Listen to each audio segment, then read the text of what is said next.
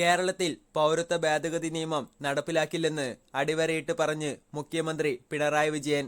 ലോക്സഭാ തെരഞ്ഞെടുപ്പ് മുൻനിർത്തി പൗരത്വ ഭേദഗതി നിയമത്തിന്റെ ചട്ടങ്ങൾ വിജ്ഞാപനം ചെയ്ത കേന്ദ്ര സർക്കാരിന്റെ നടപടി രാജ്യത്തെ അസ്വസ്ഥമാക്കാനുള്ളതാണെന്ന് മുഖ്യമന്ത്രി വ്യക്തമാക്കി.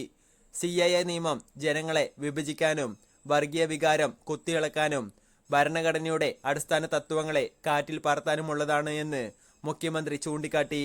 തുല്യ അവകാശങ്ങളുള്ള ഇന്ത്യൻ പൗരന്മാരെ പല തട്ടുകളാക്കാനുള്ള കേന്ദ്ര സർക്കാരിന്റെ നീക്കം ഒറ്റക്കെട്ടായി എതിർക്കപ്പെടണമെന്നും മുഖ്യമന്ത്രി വ്യക്തമാക്കി. ഇത് സംഘപരിവാറിന്റെ ഹിന്ദുത്വ വർഗീയ അജണ്ടയുടെ ഭാഗമാണ് എന്നും മുഖ്യമന്ത്രി പ്രതികരിച്ചു. ഇസ്ലാം മതവിശ്വാസികൾക്ക് മാത്രം പൗരത്വം നിഷേധിക്കുന്നത് ഭരണഘടനയുടെ നഗ്നമായ ലംഘനമാണെന്നും മതാടിസ്ഥാനത്തിൽ ഇന്ത്യൻ പൗരത്വത്തെ നിർവചിക്കുന്നത് തെറ്റാണെന്നും CPIM വ്യക്തമാക്കി. കേന്ദ്രത്തിന്റെ നീക്കം മാനവികതയോടും രാജ്യത്തിന്റെ പാരമ്പര്യത്തോടും ജനങ്ങളോടുമുള്ള തുറന്ന വെല്ലുവിളിയാണെന്നും CPIM പറഞ്ഞു.